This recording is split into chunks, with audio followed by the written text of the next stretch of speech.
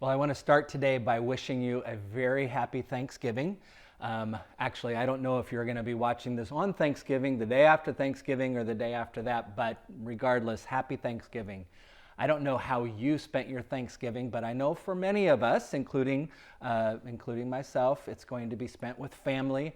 It's going to be spent eating way too much food, probably watching a little football, who knows, maybe a parade or two.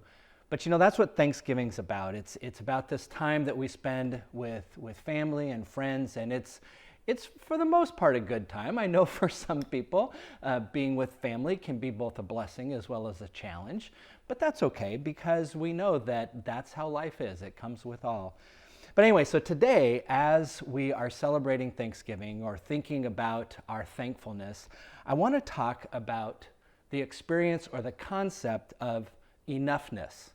Now, I know enoughness is not a word, but it should be a word. In fact, I just recently saw this on a devotional I was reading, and it talked about enoughness as this concept, and I really just love the word. So now we know what the concept of enough is.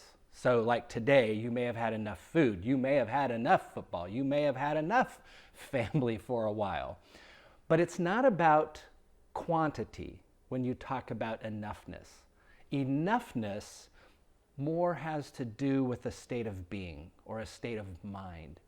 It's a recognition within the moment that you are in that there is enough around you to fill your heart and your mind. And this idea of enoughness really, as I look at our world, is not experienced enough, right?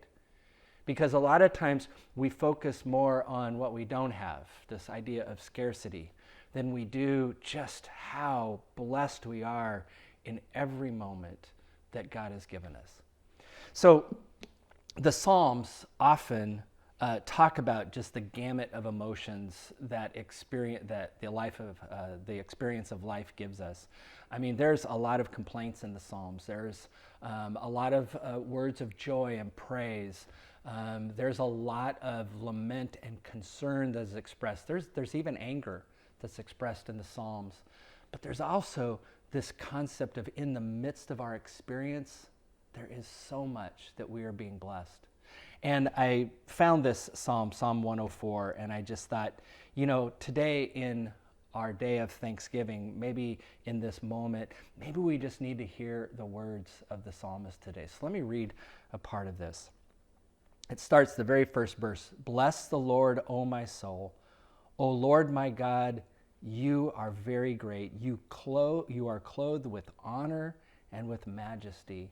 And then jumping down to verse 10, he begins to look at all the places around him in creation and in the world where God's blessings have been poured out. He says, you make springs gush forth in the valleys. They flow between the hills, giving drink to every wild animal, and every donkey quenched their thirst. By the streams, the birds of the air have their habitation. They sing among the branches. From your lofty abode, you water the mountains. The earth is satisfied with the fruit of your work.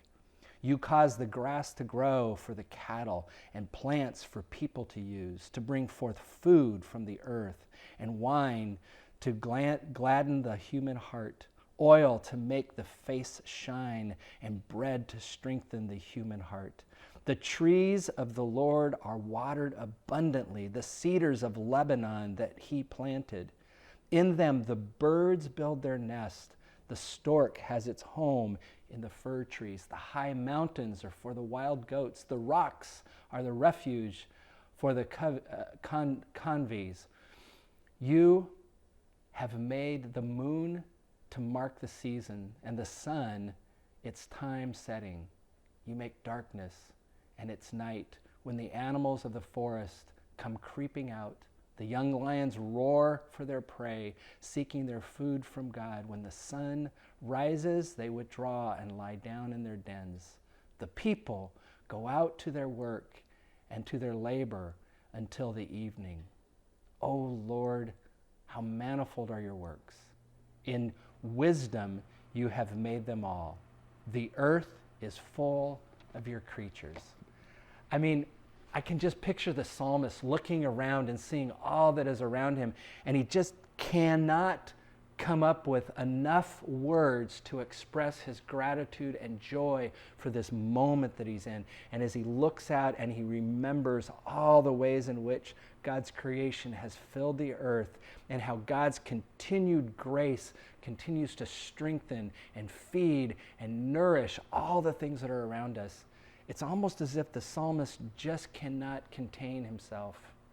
And he expresses it with this sense of gratitude for the enoughness that is around him. So, this holiday weekend, perhaps we need to take a moment to experience enoughness. Maybe we need to take time to see if we can intentionally pay attention to the enoughness that God has given us. To do that, maybe find space in your house somewhere. Maybe if it's warm enough outside, just find a space to still yourself and allow quietness to fill that space. And then maybe take a moment to take a deep breath and breathe in the air that is around us, the air that fills your lungs, the air that gives oxygen to your blood and is your very life stream. Take a moment to breathe all that in. Take a moment to breathe in the moment that you are in, and then breathe out all those other things that distract you and cause you to be worried about scarcity. You know, having that kind of practice, daily, weekly, gosh, at least maybe monthly, clears our mind of our worry and our stress. And so this day of Thanksgiving, enjoy what is enough around you, all those things that are enough, but also take time to attend to the enoughness that God has filled this creation with.